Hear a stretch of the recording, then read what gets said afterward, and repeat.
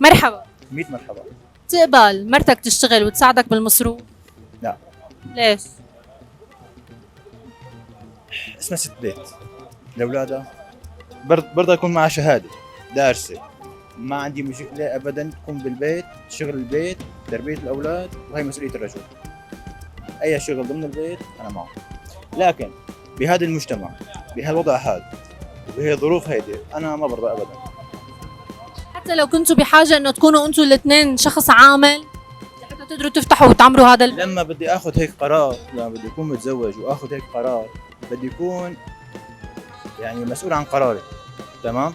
لما بدي اكون مسؤول عن قراري بدي اكون حامل مسؤوليه البيت كله.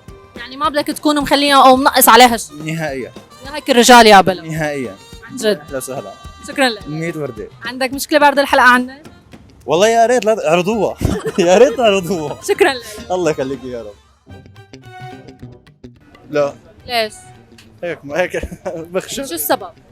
هيك خلينا مخشري ما بنقدر. كنتوا بحاجة انه انتوا اثنين تكونوا عم تشتغلوا؟ ما في حاجه للموضوع.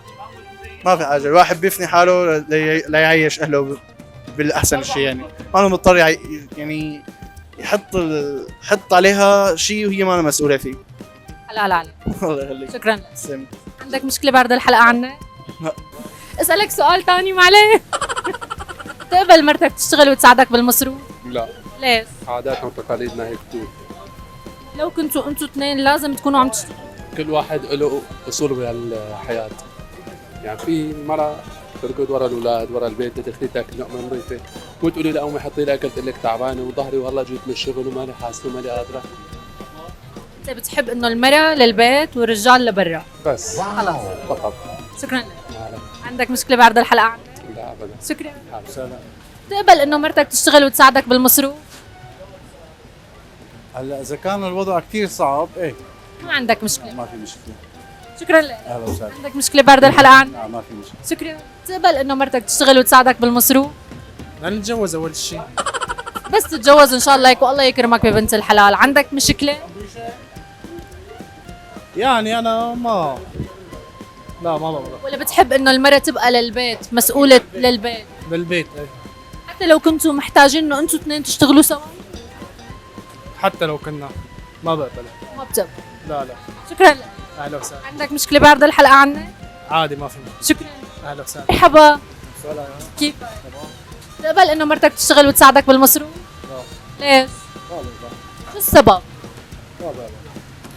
لا ما بتقبل بس اعطيني السبب يقنعني.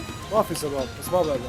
يعني لانه المرأة هي ربة منزل مسؤولة عن البيت ولا شو؟ المسؤول عن البيت هو الشاب مو شكرا لك. اهلا وسهلا. عندك مشكلة بعد الحلقة عنا؟ شكرا. تقبل انه مرتك تشتغل وتساعدك بالمصروف؟ لا ليش؟ لانه هو شغل الرجال بس. لو كنتوا انتوا اثنين فعلا بحاجة انه انتوا اثنين تكونوا عم تشتغلوا لحتى تبنوا هالبيت؟ هلا في حال يعني كان الوضع مضطر ايه مضطر الوضع، بس مو مضطر لا. نايس. شكرا لك. اهلا وسهلا. عندك مشكلة بعد الحلقة عنا؟ ما في مشكله. شكرا. اهلا وسهلا.